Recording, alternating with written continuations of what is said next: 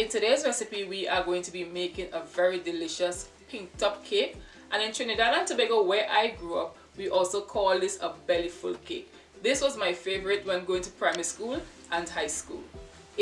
If you grew up in the Caribbean like I did, you may or may not know about this cake, but if you have never tried this cake before, you are definitely missing out a treat, and this cake is going to take some of you down memory lane. Pink top cakes usually went down really well with a nice orange solo.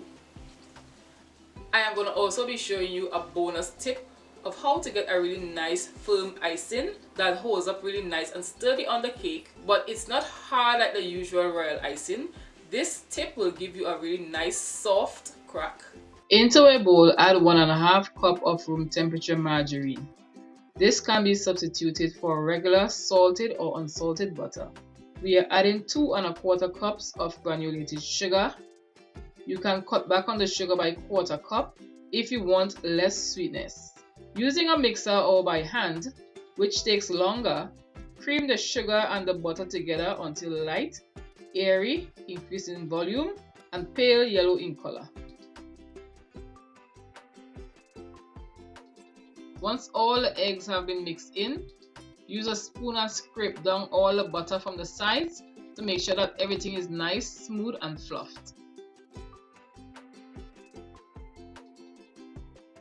We are using 7 eggs, but I've added a piece of lime peel to kill any fresh smells. Add the eggs and the lime peel into the cream fat and sugar one by one. The fat will soak up the eggs and stretch, making way for another egg. Mixing each egg for about 30 seconds at a time. But if you accidentally added more than 1 egg at a time, increase the mixing time, or the eggs and the fat will split, meaning to curdle or separate. For example, if you accidentally added 2 eggs, mix it for 1 minute. If you accidentally added 3 eggs, mix it for 1 minute and 30 seconds. At the end of the creaming, you should get something light, airy, and fluffed. Be sure to remove the lime peel from the cream before you forget. Mix it up to ensure that you have mixed in all the sugars below, especially the center. Add in the spices, which are simple cinnamon and freshly grated nutmeg. Don't add too much nutmeg because it can overpower the cinnamon. Bring the balance in the middle. We will use our mixer and beat this and release all the oils into the cream.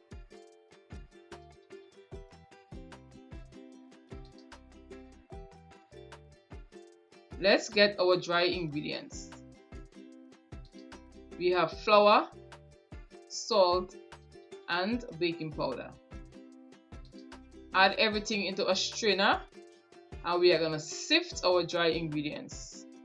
Sifting the dry ingredients twice would make an even lighter cake. But this cake is a belly full cake, so I will sift it only once.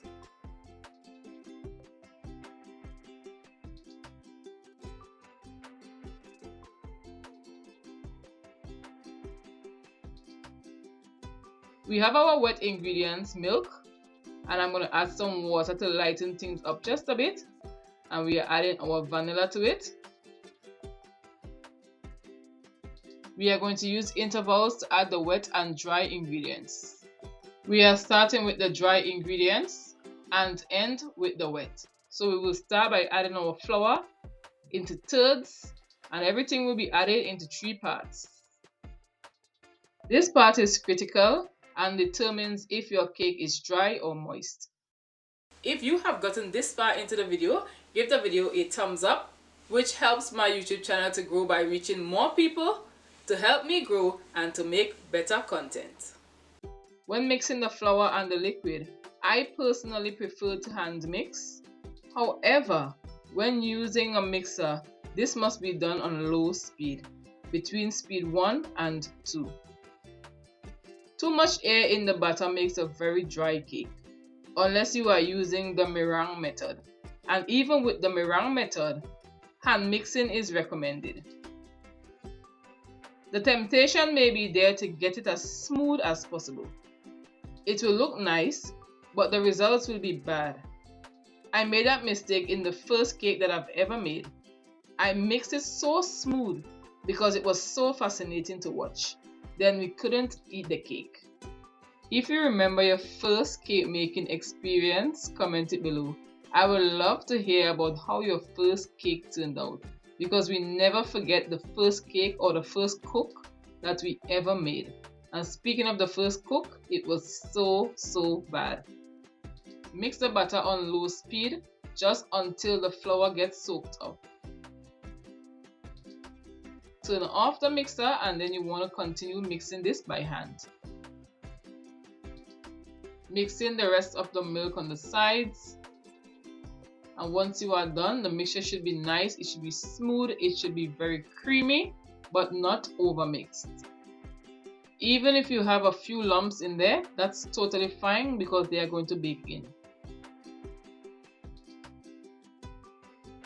To get the squares of cake, we are going to bake this in a 9x13 pan, but you don't have to bake it in a 9x13, you can also bake it in a circle pan or even a square.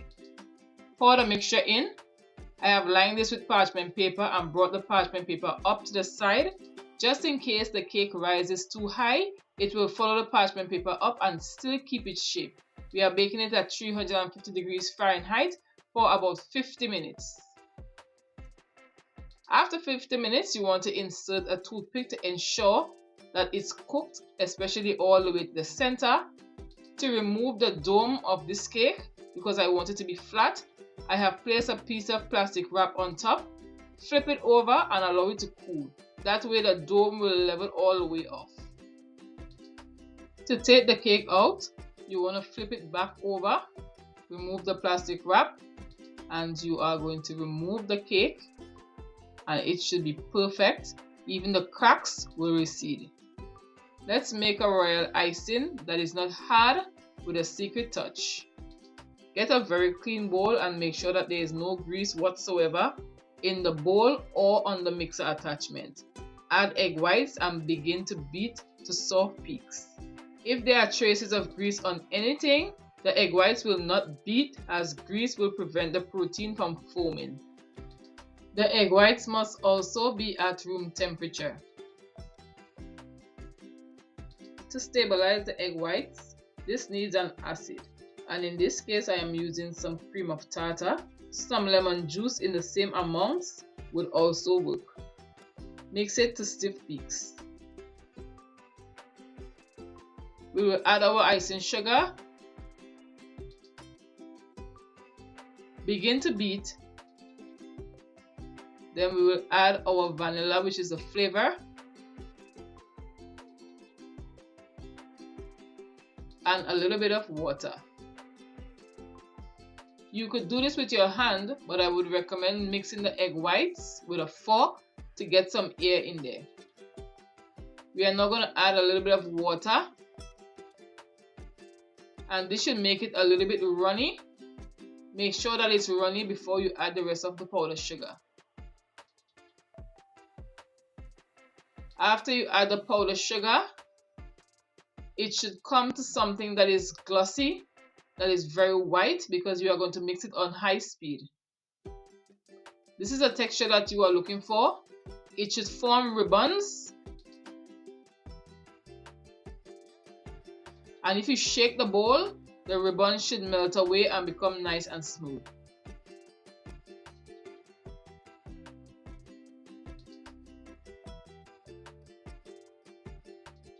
And this is the texture on my mixer that you want to see.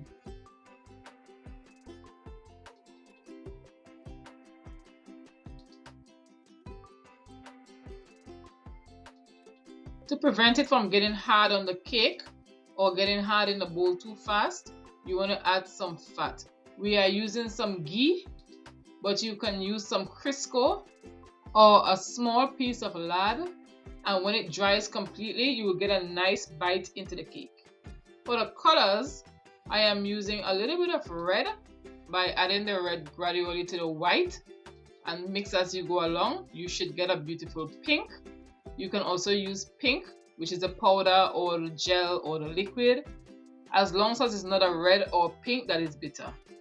If you are not using it right away, place a piece of plastic wrap all the way down to the icing and place it in the refrigerator. Pour the icing over the cake and begin to work your magic. Doing this royal icing took me down memory lane just a little bit. I remember growing up and on Mother's Day or even on a birthday, when we had no money, we would make a cake with royal icing. But we never got the icing right. It was very runny, even adding some rose water to it. It usually was a white sponge cake with royal icing and a little green writing on top. This royal icing can be spread with a spoon or even a knife. Allow it to dry for about 4 or 5 hours or even overnight. Overnight is best. While the icing is still wet, pop any air bubbles. Now for the big reveal, the cutting and taste test.